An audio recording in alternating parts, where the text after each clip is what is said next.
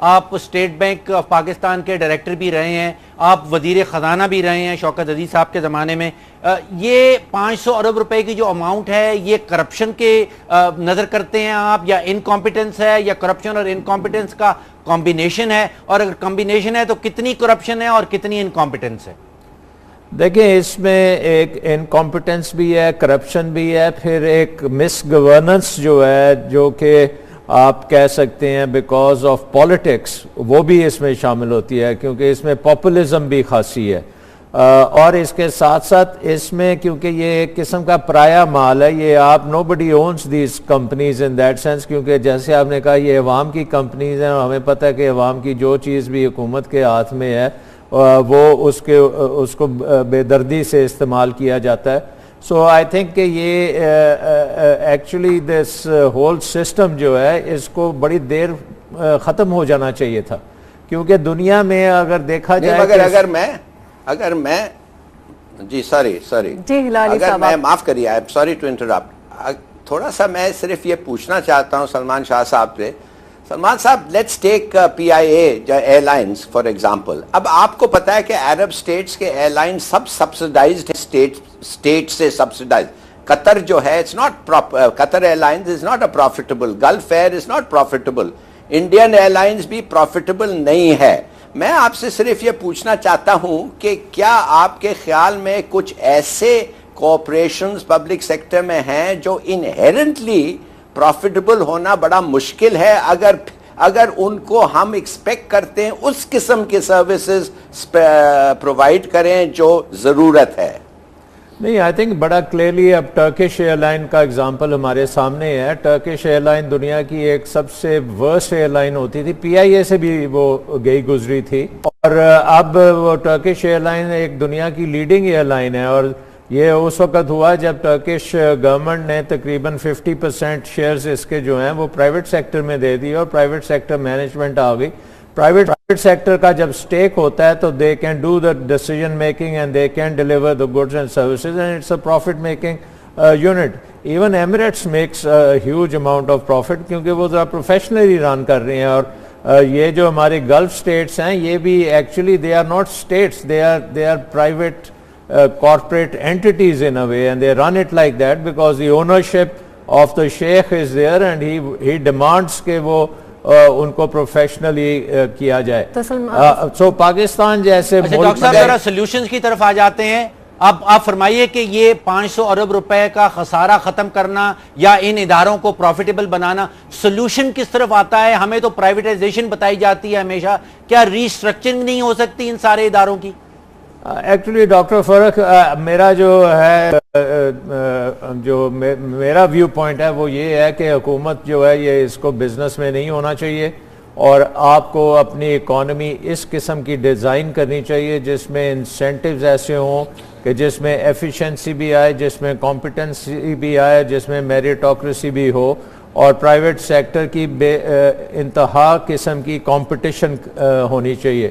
کارٹیلائزیشن اور مونوپولیز جو ہیں whether they are in the private sector or in the public sector, یہ ہمیں ختم کرنی چاہیے, اور ایک ایسا کمپیٹیٹیو نظام جو مارکیٹ ڈریون ہو وہ آپ کو ڈیزائن کرنا پڑے گا. انفارچونیٹلی پاکستان میں آپ یہ دیکھ رہے ہیں, ابھی آپ بات کر رہے ہیں 200 کمپنیاں یہ چلا رہے ہیں, اور ایکچولی جتنی انٹرفیئرنس گورنمنٹ کی اکانومی میں ہے تقریباً 70 سے 80% ڈیسیجن میکنگ جو ہے اکانومی کے بارے میں اور جو کہ پرائیویٹ سیکٹر کو لینی چاہیے وہ تو اسلام آباد میں ہو رہی ہے.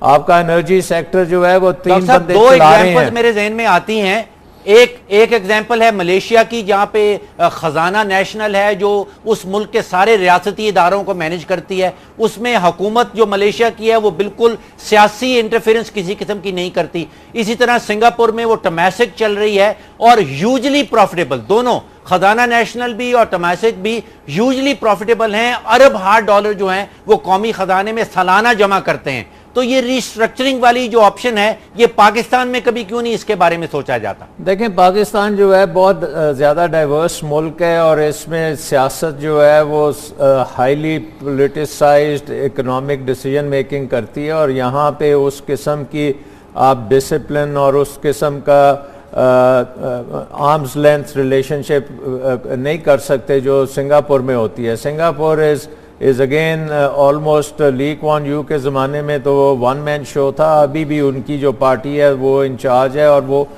سنگاپورینز کے لیے انہوں نے ڈیلیور بھی کیا. لیکن پاکستان جیسے ملک کے لیے آپ کو ایک بہت highly intensive competitive market economy چاہیے جس میں آپ پرائیویٹ سیکٹر کو ایک دوسرے کے کٹ تھروٹ کمپٹیشن کی طرف لے کے آئیں تو پھر یہ آپ کی ڈیلیوری ہونی شروع ہوگی. اور اس کے لیے آپ کا یہ کمپٹیشن کمیشن اور پاکستان جو ہے, ملیشیا کو دیکھ کے, ہم نے سنگاپور کے قوانین کو دیکھ کے, ہم نے سنگاپور کے قوانین سے اٹھایا, ملیشیا کے قوانین سے کارپوریٹ گورننس رولز بنائے گئے جو اسی حکومت نے جولائی 2013 میں نافذ کیے.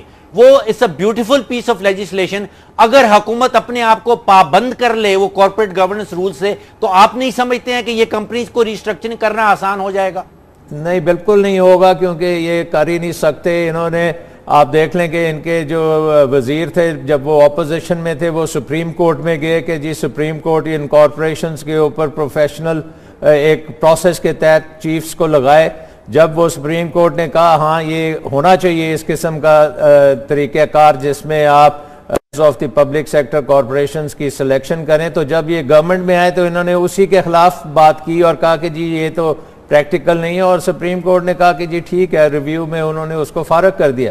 سو آئی ٹیل یو کہ پاکستان میں یہ گورننس سسٹم جو ہے ہم نے دیکھ لیا ہے کہ یہ نہیں امپلیمنٹ ہونے دیتا کوئی بھی. صحیح. جی ہلالی صاحب, دیکھیے سیدھی سادی بات یہ ہے کہ یہ ہمارے پولیٹیشنز کا قصور ہے جو لوگ رولز بناتے ہیں اور اس پہ عمل نہیں کر سکتے ہیں. کون کہتا ہے کہ 2600 امپلائیز 16,000 امپلائیز سٹیل مل سے, سٹیل مل کا آدمی کہتا ہے 2/3 of them were not needed, ان کی ضرورت نہیں تھی. مانے کون کہتا ہے کہ ریلوے میں اگر 28,000 ہے یا پتہ نہیں کیا 14,000 کی ضرورت نہیں تھی. دیکھیے بات اصل یہ ہے کہ یہ رولز تو اور لاز تو ہم بڑے اچھے بناتے ہیں, امپلیمنٹ کبھی نہیں کر سکتے, اور اس کا قصور ہے ڈیورنگ ڈیموکریسی پولیٹیشنز کا. یہ کہنا کہ اس لیے ہم کبھی کر ہی نہیں سکتے ہیں, ہمارے جینز میں ایسا ہے, I don't think that's correct. I think ہم کر سکتے ہیں. ہاؤ واز اٹ دیٹ 2001 سے لے کے 2008 تک سٹیل مل پروفٹیبل ہے؟ How did Noor Khan and Asghar Khan run P I A? دیکھیے بات اصل یہ ہے کہ ہم لوگوں کو, ہمارے جو لیڈرز ہیں اگر ان کے پاس کوئی کمپٹنس تو چھوڑیں, ان کو کوئی کانشنس ہی نہیں ہے تو ہاؤ کین یو. اب ریلوے میں آپ دیکھ لیں, آپ مجھے بتائیں کون مینٹیننس اور رولنگ سٹاپ میں کیا پیسہ, آپ کو یقین نہیں کریں گے کہ 17% جو ہے دیٹ گوز 80% جاتا تھا 1970s میں ریلویز کو امپروو کرنے, اب 17% جا رہا ہے. اور پھر ہم یہی بات میں نے کی ہے کہ یہ ہماری پالیٹکس اتنی خراب ہے کہ یہ ہمارے پولیٹیشنز یہ کام نہیں کر سکتے, and as long as we have this system this is not going to work out. بالکل صحیح. سسٹم ہمارے لیک آف ہے, شاید ہمارے جو سیاستدان ہیں وہ اس قابل نہیں ہے کہ کوئی پازیٹیو کوئی بہتر